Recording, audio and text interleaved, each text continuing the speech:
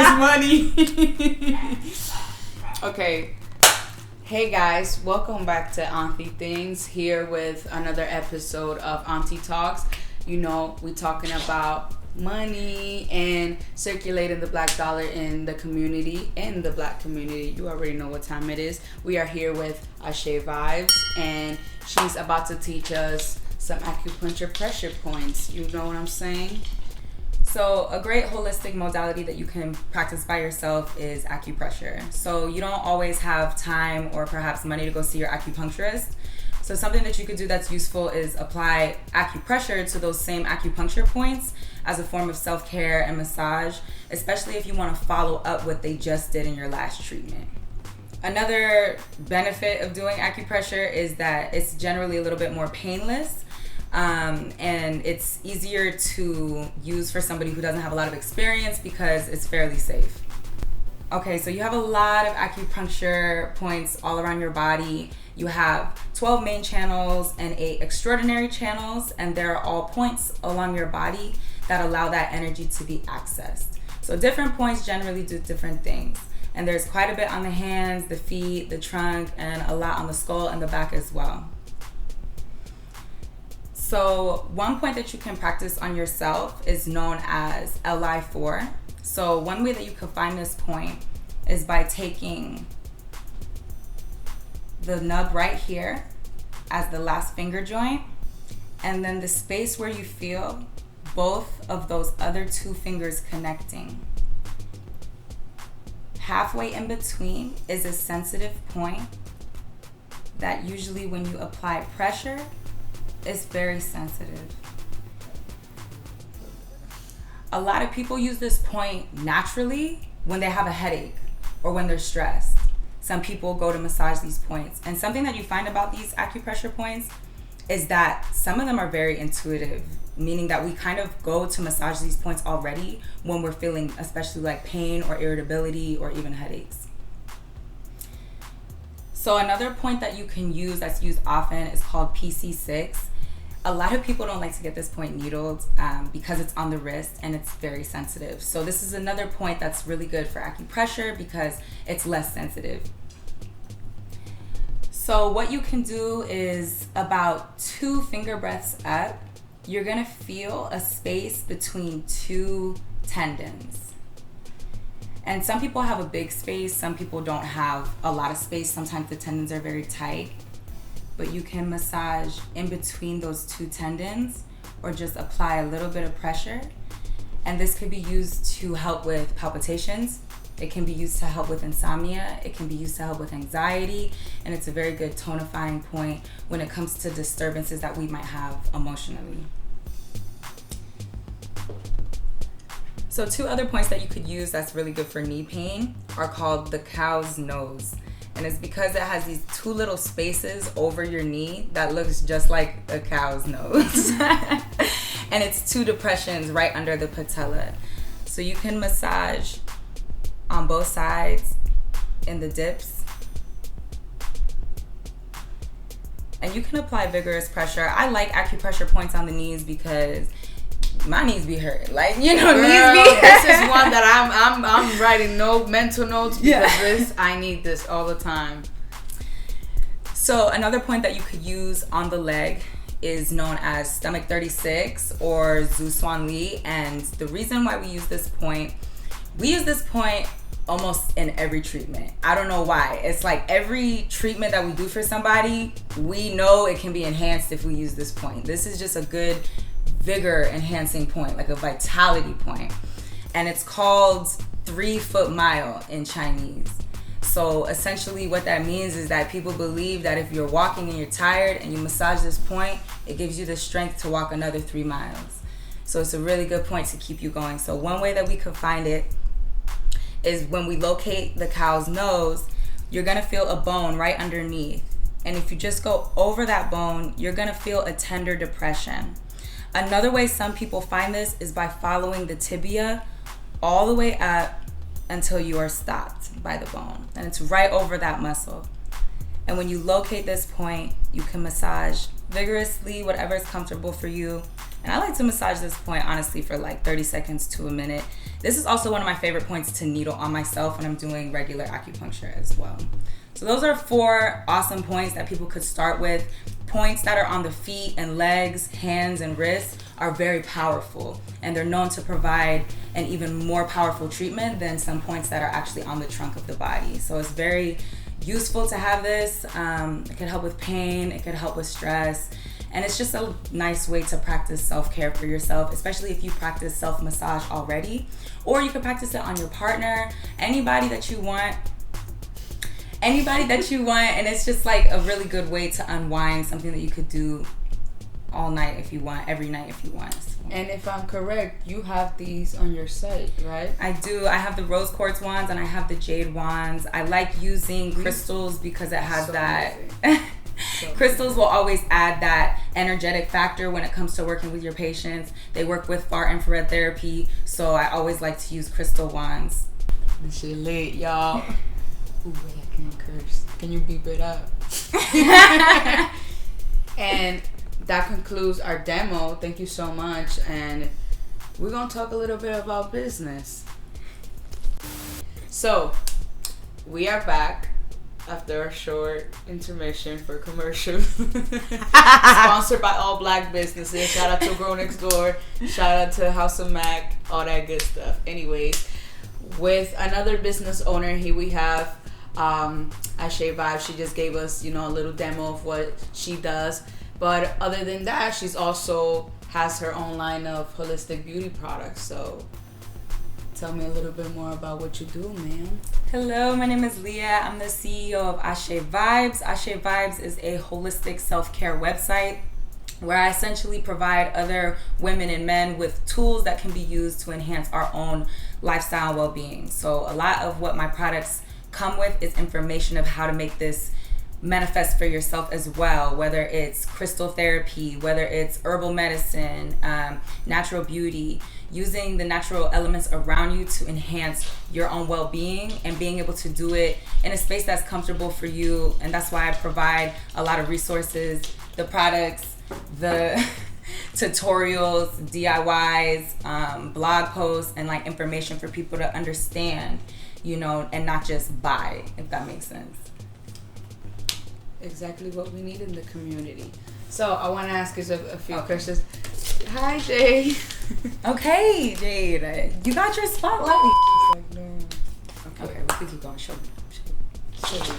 Go ahead. I want her tapping in the... You hear her just tapping away. So first, I want to start by asking you, what inspired you to start your business? I would say that one of the first things that inspired me to start my business was a desire to work for myself. So shortly after I came out of high school and I went to college, I realized that entrepreneurship was something that I definitely wanted to venture into. At that point, it was just turning into something that I love to do every day. And at that time, something that I was very passionate about was natural living and holistic living. And I expressed that through herbalism, through preparing herbal medicine, understanding and studying it, and also familiarizing myself with natural skincare and natural beauty. Because for me, natural beauty was always a way for me to express and take care of myself and my femininity, and for me to unwind and just treat myself, treat my body like a temple.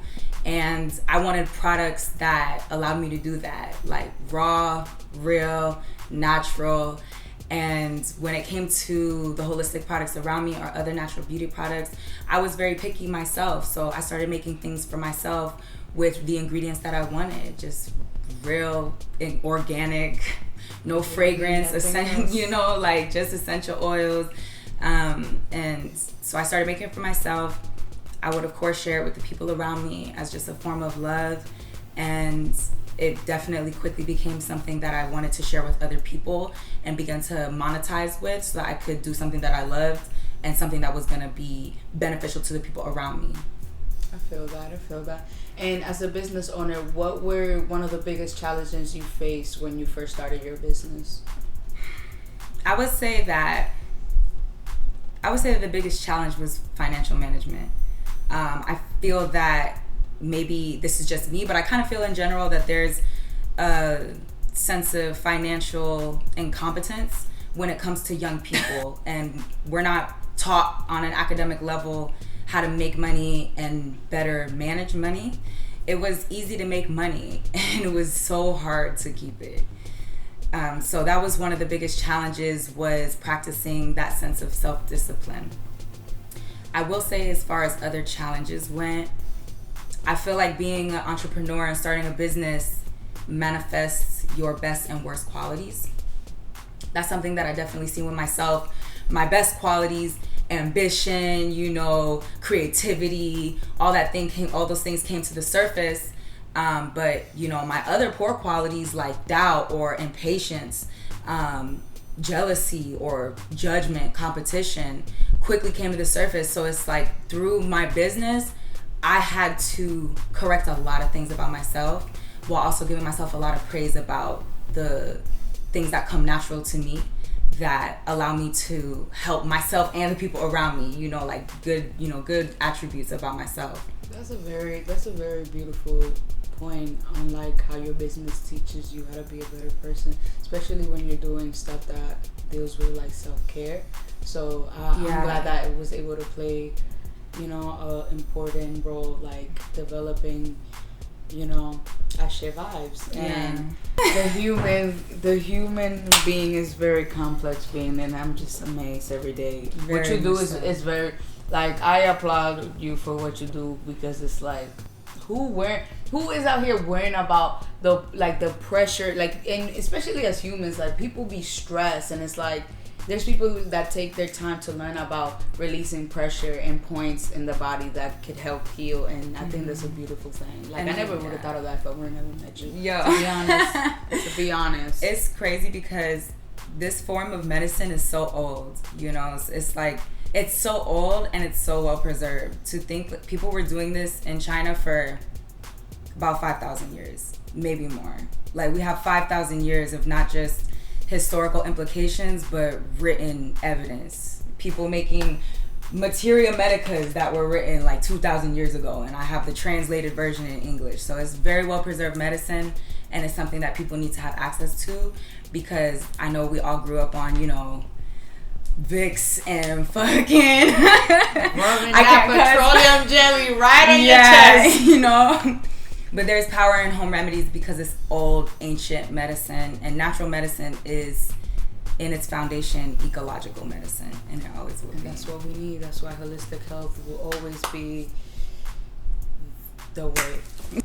What are your future plans for your business? Are you planning to scale up? Like, how do you see your business in like the next few years to come? Well, my main goal right now is to blow up and then act like I don't know nobody. I'm just kidding. You heard that. That's facts. I feel that. That's me when y'all see me with Miss Tabitha Brown in the kitchen. Okay, no, for real. So right now my main goal is to get my license in acupuncture for the state of Florida. So even though I have a full business, I've been a full-time student for years now. Girl, I am so proud of you. I am so proud of you.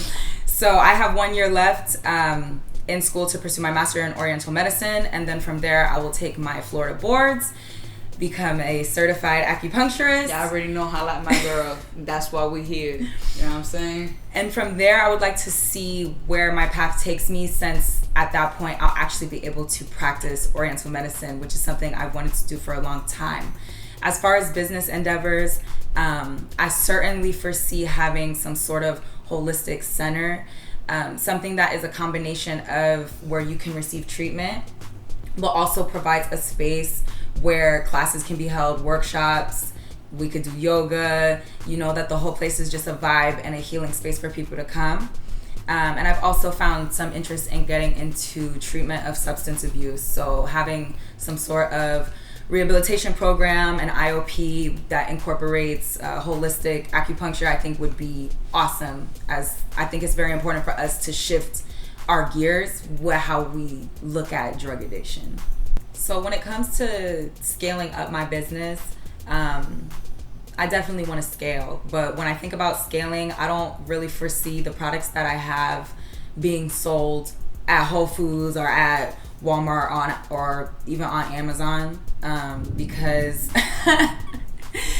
I mean, there's ethical reasons behind those businesses, but just aside from what my products mean to me, my products are very intimate. It takes me a long time to make these things. So scaling them up like on a factory level, you know, I can't foresee myself having more than 2-3 girls in the kitchen with me helping me, because what goes into these products is so much more than what goes into these products. You know, it's love, it's knowledge, and it's something that I would like to be intimate. So when you come to my place for treatment, I got this stuff for you. You got skin issues, I'm making a custom clay for you. You have respiratory problems, I'm making the herbal blend for you here in my clinic with me. That's treatment. When it comes to holistic medicine, we have to understand there's a holistic market and there's holistic medicine, and they're two different things. The marketplace is just that, a marketplace. It's a place for people to sell cheap sage. It's a place for people to sell cheap herbs. It's a place for people to sell, you know, jade rollers and these things that we see being sold to us. And some of those things are very useful. But when it comes to holistic medicine, that's somebody who understands your body and your pathology, meeting with you to help you. I'm not selling a product to millions of people. I'm meeting with Vianney later because we're talking about what she's going through. I'm looking at your skin. I'm looking at your eyes. I'm looking at your complexion and taking your pulse. I'm hearing to your, you know, what you have to say in your complaints. And I'm sitting there and explaining to you what your treatment is going to be and what your lifestyle should look like. And that's why I'm so excited to pursue this career path, and why being a student in this, you know, career path has been like so far very fulfilling, and I can't wait until I'm licensed. I can't wait either. We are all waiting. Everybody, take your pencils, write it down. She almost there. And once she's there, we're gonna do another video at the clinic bit. So yeah, looking forward to the success of your brand. Are there any tips or do's and don'ts that you could share with other Black entrepreneurs that want to start up their own businesses?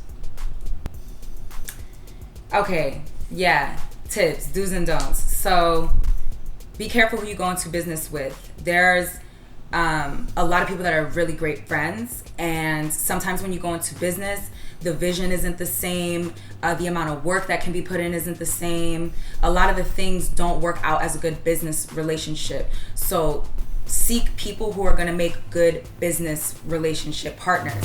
Just like you know that not every friend should be your roommate or somebody you live with, it's kind of similar when it comes to being in a business. You want to make sure that somebody has the same values and goals and timeline that falls in line with what you want to do, and then it's clearly defined whose role is whose.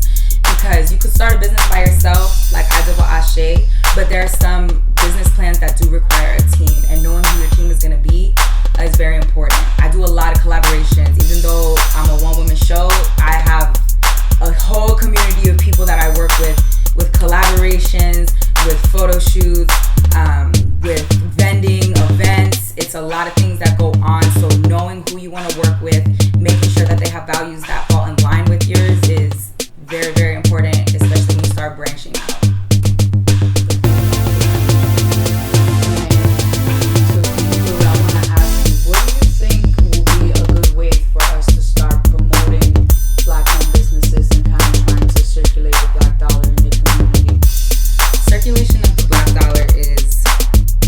Very interesting, because one of our biggest forms of activism as Black people is the power of boycott. Boycott is revolutionary, and it goes hand in hand with protesting.